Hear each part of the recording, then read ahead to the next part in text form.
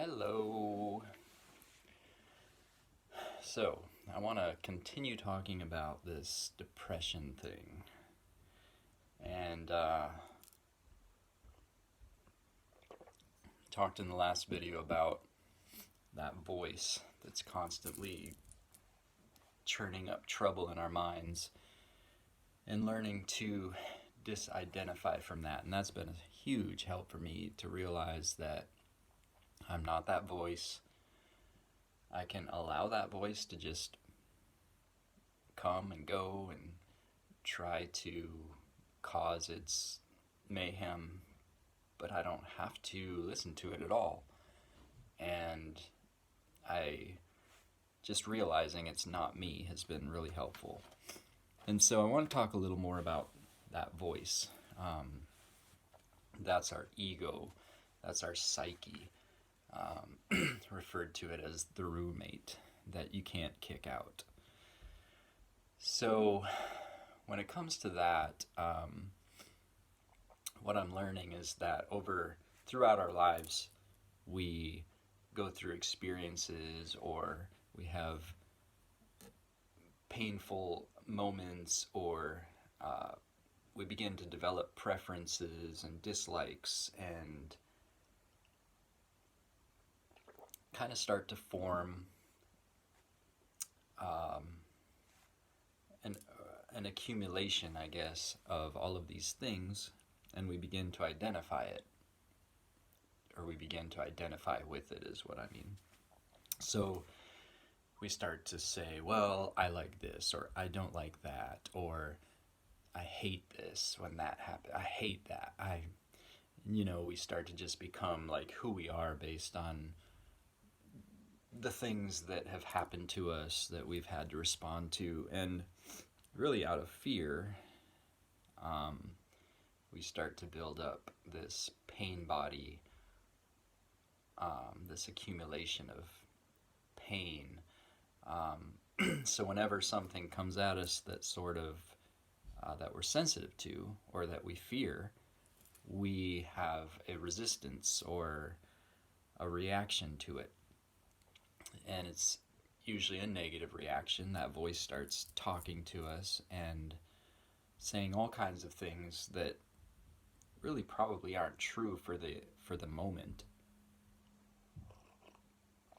But it is its attempt to protect that accumulation, to protect our ego or our psyche. And it's been interesting to start to understand that better in myself, but also to look out at the world around me and realize we all have that. Every single person has an accumulation of all of that going on in them. And so there are certain things that will trigger some people and not trigger other people, and vice versa.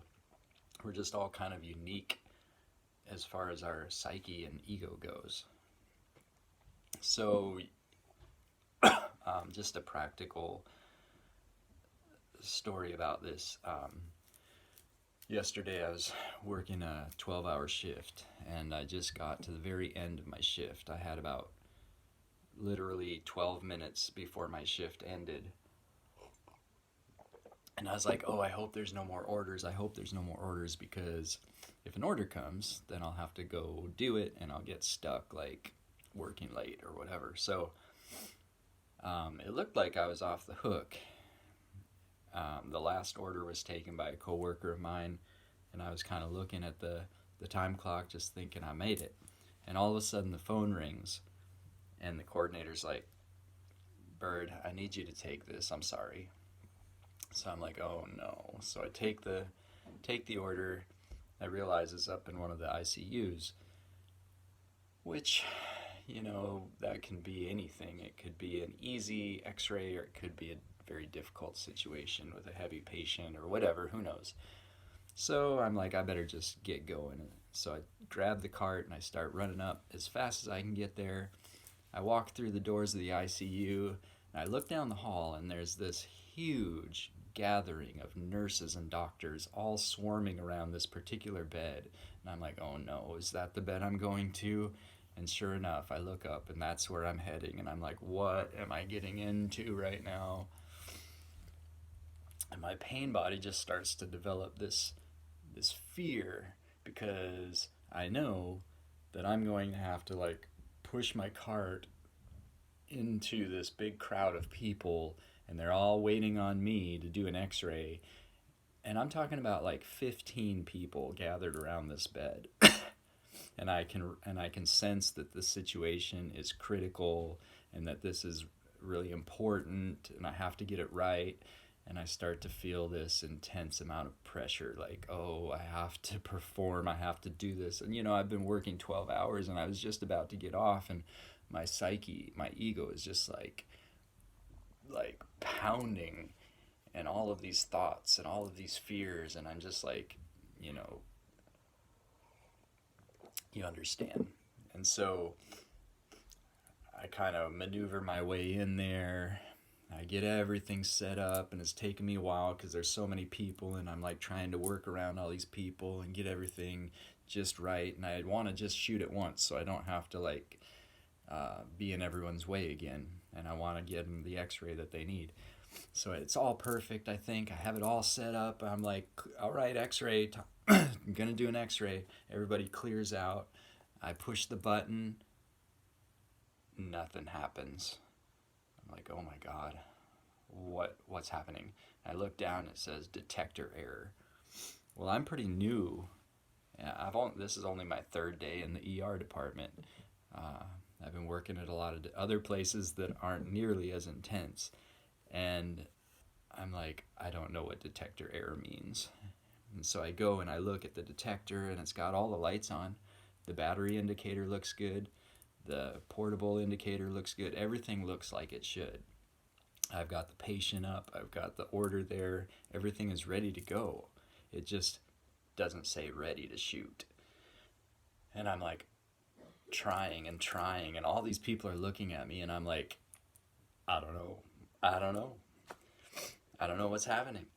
And I'm starting to feel so, like, all of that fear is just like pouring in on me, like, oh, everyone's looking at me thinking I don't know how to do my job. Everyone's angry because they're in a hurry, and everybody, all that stuff.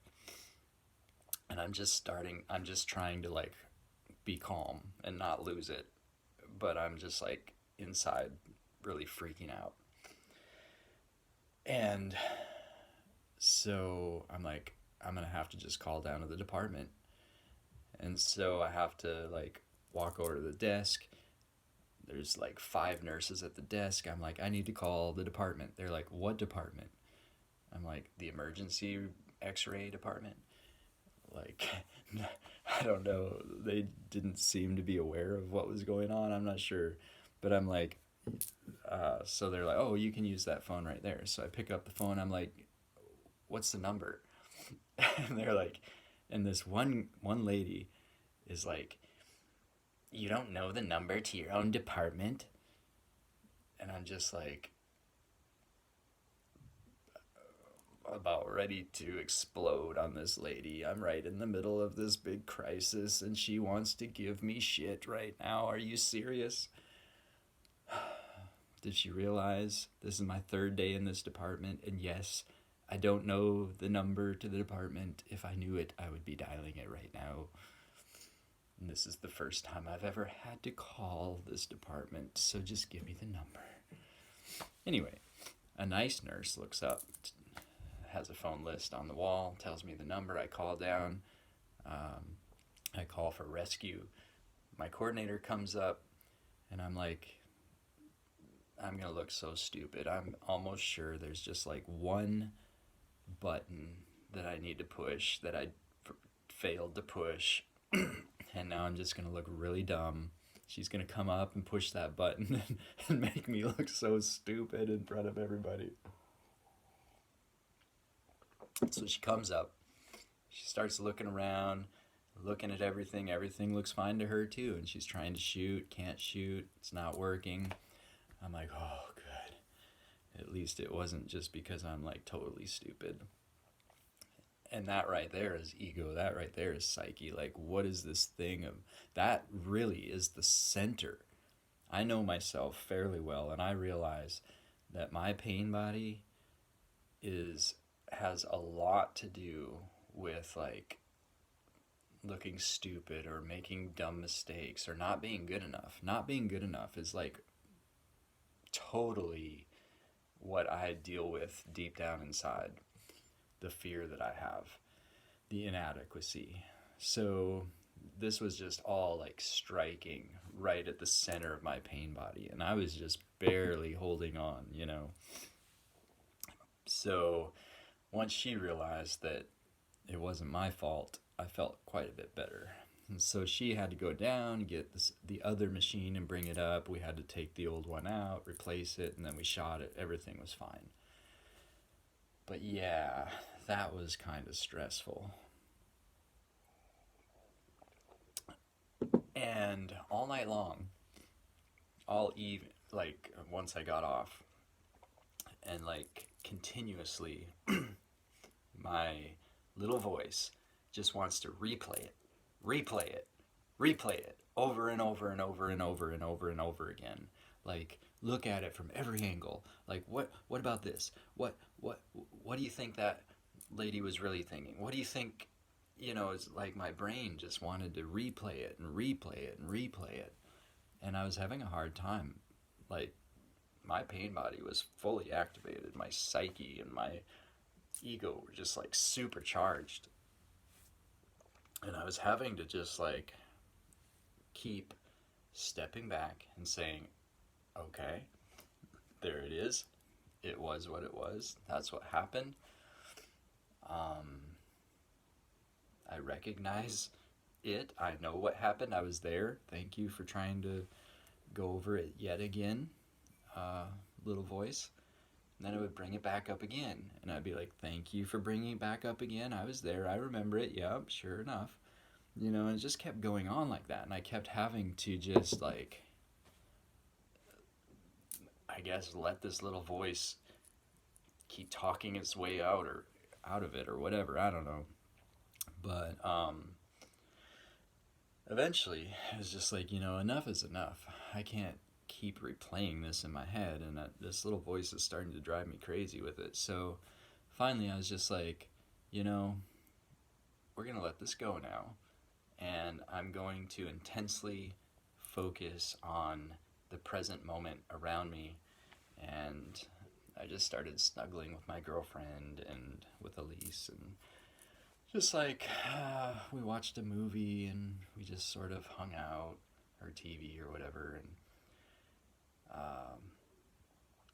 just let it go, I guess. Then this morning, I think it tried one more time to replay it, but I was not having it. But I did think a lot, you know, about that scenario, and I think it brings up a lot of things. Like, you know, while it was happening, I really found myself especially angry at that one nurse for like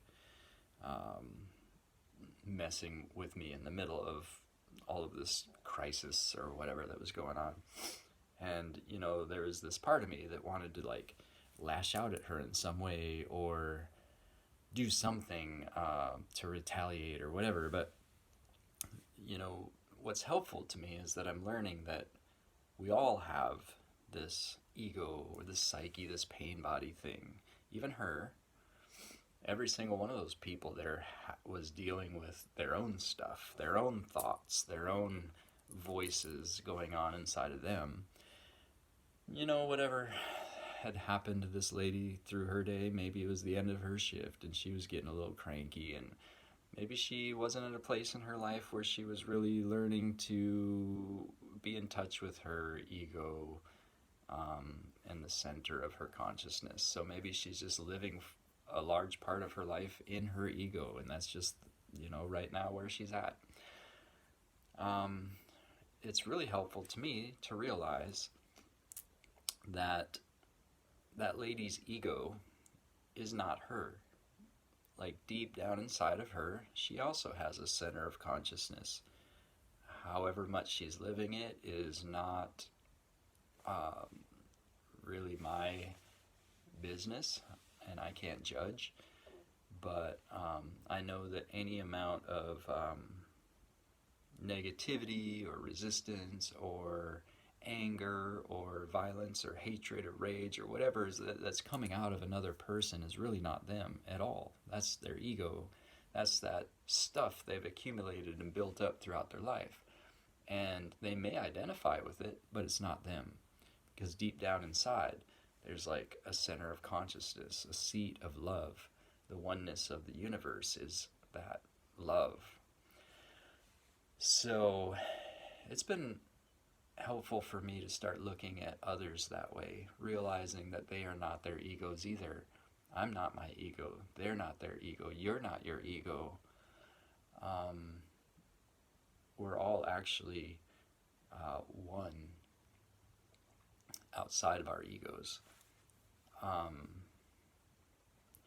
So there was one more little point that I wanted to make about, yeah, the issue is the pain body really seems to always want to be expressing itself. It seems to want to have a prominent place in our life.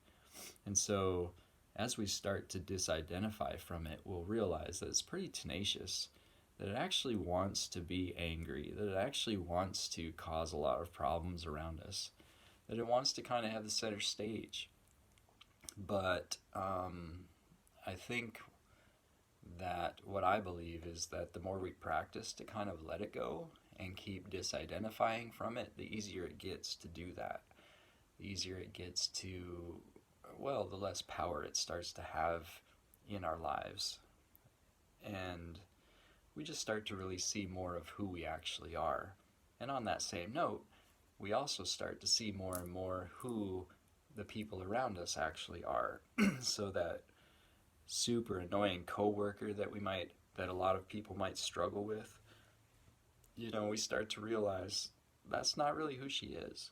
More and more and more, it becomes easier to start seeing that, hey, people are struggling with their pain bodies, and that's why they like to stir up trouble. That's why they like to have episodes of rage or insecurity or breakdowns or whatever. It's not really them. It's just their pain body. It's really just their ego. So learning to separate the person from that is really actually quite helpful in dealing with any kind of controversy or conflict within our personal relationships and work relationships and all that stuff. So yeah, it's been really helpful insight for me, something I'm still learning, practicing, but I hope that it is also helpful for you, that you'll take this information and start applying it to the life that you live, and realize that that the oneness of the universe really is love, and that outside of our egos, that is truth.